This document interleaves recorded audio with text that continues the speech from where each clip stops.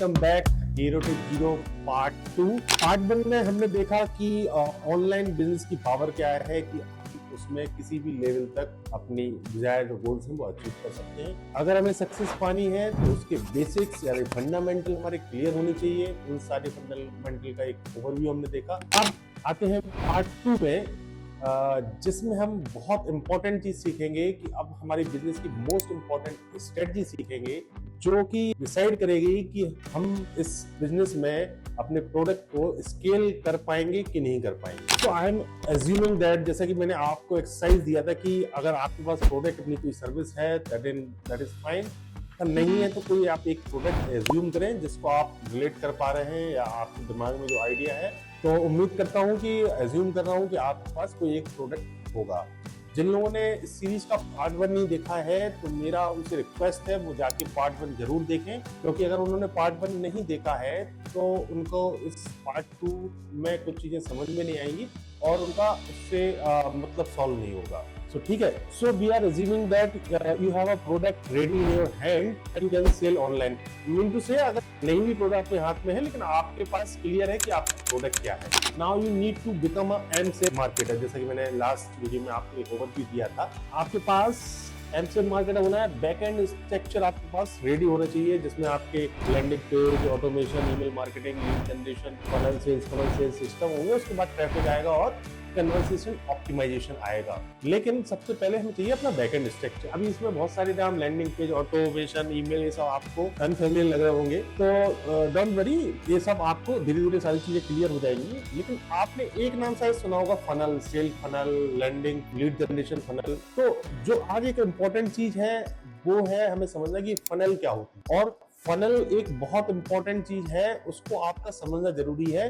जैसा कि मैंने कहा, यही चीज डिसाइड करेगी कि आपका बिजनेस, आपकी सर्विस, आपका प्रोडक्ट आप जिस लेवल तक स्केल करना चाहते हैं वह हो पाएगा कि नहीं। ठीक है, तो बेसिकली फनल होता क्या है? तो बेसिकली कहा जाए तो बेसिकली आपकी जो कस्टमर एक्विजिशन जर्नी होती है that is called funnel. Customer acquisition journey का मतलब हुआ कि सपोज आपके पास जो आपका प्रोडक्ट है वो अच्छा प्रोडक्ट है और उस प्रोडक्ट को जिनको चाहिए है, जो इस प्रोडक्ट को परचेज कर सकते हैं, वो भी बहुत सारे हैं, लाखों करोड़ों में है। लेकिन समस्या ये है कि उन लोगों को पता नहीं है कि वह प्रोडक्ट आपके पास है वो क्या चीज होगी जिसके माध्यम से आप अपने प्रोडक्ट को उन लोगों को तक पहुंचाओगे जो वो प्रोडक्ट आपका खरीदना चाहते हैं। मीन टू से कि आपका प्रोडक्ट सबसे पहली बार किस फॉर्म में आपके प्रोस्पेक्ट यानी प्रोस्पेक्ट कस्टमर के पास तक पहुंचेगा, दिखाई देगा। वो हो सकता है एक एडवर्टाइजमेंट के फॉर्म में दिखाई दे, या हो सकता है कोई ब्लॉग के फॉर्म में दिखाई दे, एक सादा वीडियो के फॉर्म में दिखाई दे, डजंट मैटर। लेकिन वो एक पहला पॉइंट, जब आपका प्रोडक्ट उन कस्टमर को इंट्रोड्यूस हो रहा है और वो देख रहे हैं, और फिर उसके बाद वो स्टेप बाय स्टेप कहां पर एंड में जाकर वह आपका प्रोडक्ट परचेस कर रहे हैं, उस पूरे कस्टमर की जर्नी की पहली बार आपका जब प्रोडक्ट देखा और जहां उसने आखिर में वह प्रोडक्ट खरीदा, इस पूरे प्रोसेस को कहते हैं हम लोग कस्टमर एक्विजिशन जर्नी। और इसमें क्या क्या स्टेप होंगे जब पहली बार आप कस्टमर प्रोडक्ट देखेगा और लास्ट तक खरीदेगा, इसी पूरे सिस्टम को, डिजाइन को हम कहते हैं फनल। तो हमें ये क्लियर होना चाहिए कि हमारा कस्टमर कौन है और हम उस कस्टमर तक कैसे पहुंचेंगे और उसकी क्या जर्नी रहेगी जिससे वह हमारा प्रोडक्ट खरीदेगा। इस सारी फनल का स्ट्रक्चर हमें अपने दिमाग में पूरा फिट कर लेना है। अब हमारे प्रोडक्ट के लिए क्या फनल स्ट्रक्चर होगा यह हमें कैसे पता चलेगा? तो इसका सीधा सा एक सिंपल तरीका है, कंपटीशन रिसर्च। सी, आप जो प्रोडक्ट बेचना चाह रहे हैं, पॉसिबिलिटी है 100% कि वो या उससे मिलता जुलता प्रोडक्ट ऑलरेडी मार्केट में बिक रहा होगा। उनमें से कुछ लोग उस प्रोडक्ट को बहुत अच्छे स्केल पर बेच रहे होंगे।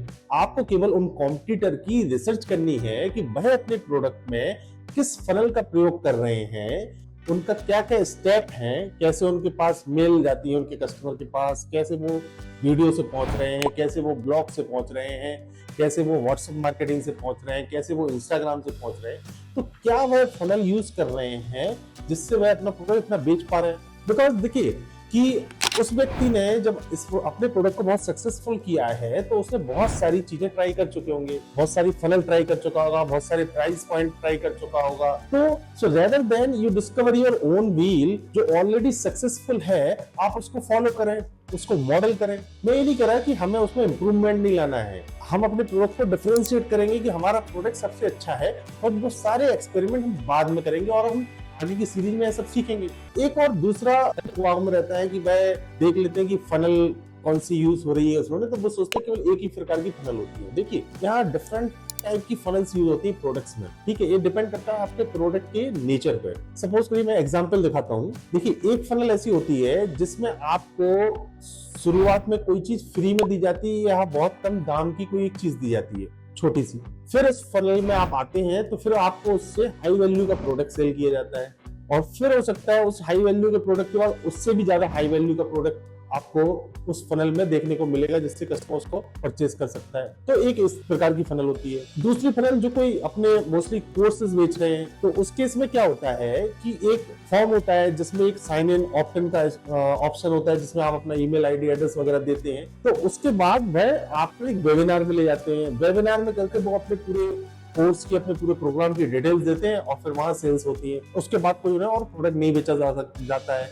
या हो सकता है उसके बाद और कोई उनका बड़ा कोर्स हो या बड़ा कोई और प्रोग्राम हो, देन उसमें सेल किया जा सकता है। तीसरी उनके जो कि सर्विस प्रोवाइडर हैं, उनके लिए किस प्रकार की फनल होगी? उनके लिए क्या होगा, उनका एक पेज होगा, लैंडिंग पेज होगा जिसमें उनका वीडियो होगा या उनकी सारी सर्विसेज के बारे में होगा, उनके टेस्टिमोनियल होंगे, उनके जो पुराने कस्टमर हैं उनको उन्होंने कैसे सर्व किया है उसकी डिटेल होंगी, और उसमें एक कॉल टू एक्शन होगा कि कॉल बुक करने के लिए। वो कॉल बुक हो सकता है कि फोन पर हो सकता है फिजिकल मीट हो सकता है जूम कॉल मीट हो। क्योंकि क्या है ना, जब आप किसी को अपनी सर्विस बेचते हैं तो आपको 1-to-1 कस्टमर से मिलना पड़ता है, उसे बताना पड़ता है, वह भी समझता है, उसके भी क्वेश्चन रहते हैं, तभी वो डील फाइनल होती है।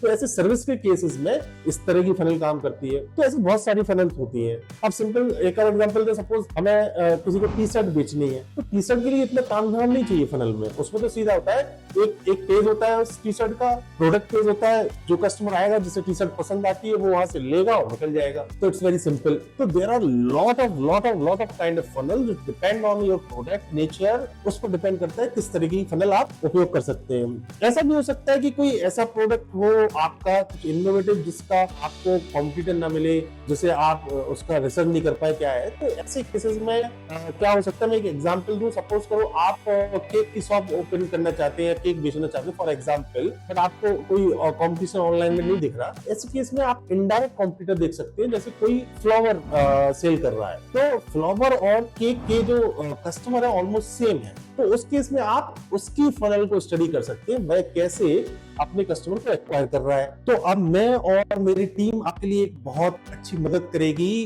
कि आपका क्या प्रोडक्ट है और आपके प्रोडक्ट के लिए कौन सी फनल सबसे बेस्ट होगी। इसके लिए आप क्या कीजिए, इस वीडियो के नीचे एक लिंक है, उस लिंक में अपने प्रोडक्ट की डिटेल फिल कीजिएगा। आपके पास एक मेल आएगी जिसमें आपके लिए, आपके प्रोडक्ट के लिए क्या बेस्ट फनल हो सकती है उसको डिस्क्राइब किया गया होगा। और आप एक बार इस लिंक में ये डिटेल एक बार फिल कर देंगे तो आगे भी सीरीज में हम और भी रिसोर्सेज आपको देंगे, तो वो ऑटोमेटिकली आपको मेल के माध्यम से मिलते रहेंगे। तो ठीक है, मिलते हैं अपने next zero to hero part 3 में, जिसमें हम सीखेंगे कि एक बहुत बड़ी गलती जो अधिकतर बिजनेस करते हैं और वो गलती हमें नहीं करनी है। तो उम्मीद करता हूं आपको ये पार्ट 2 पसंद आया होगा। अगर अच्छा लगा हो तो नीचे कुछ कमेंट कीजिएगा, कुछ कमी हो, कुछ सजेशन हो तो वो भी मुझे जरूर बताइएगा। सी यू सून।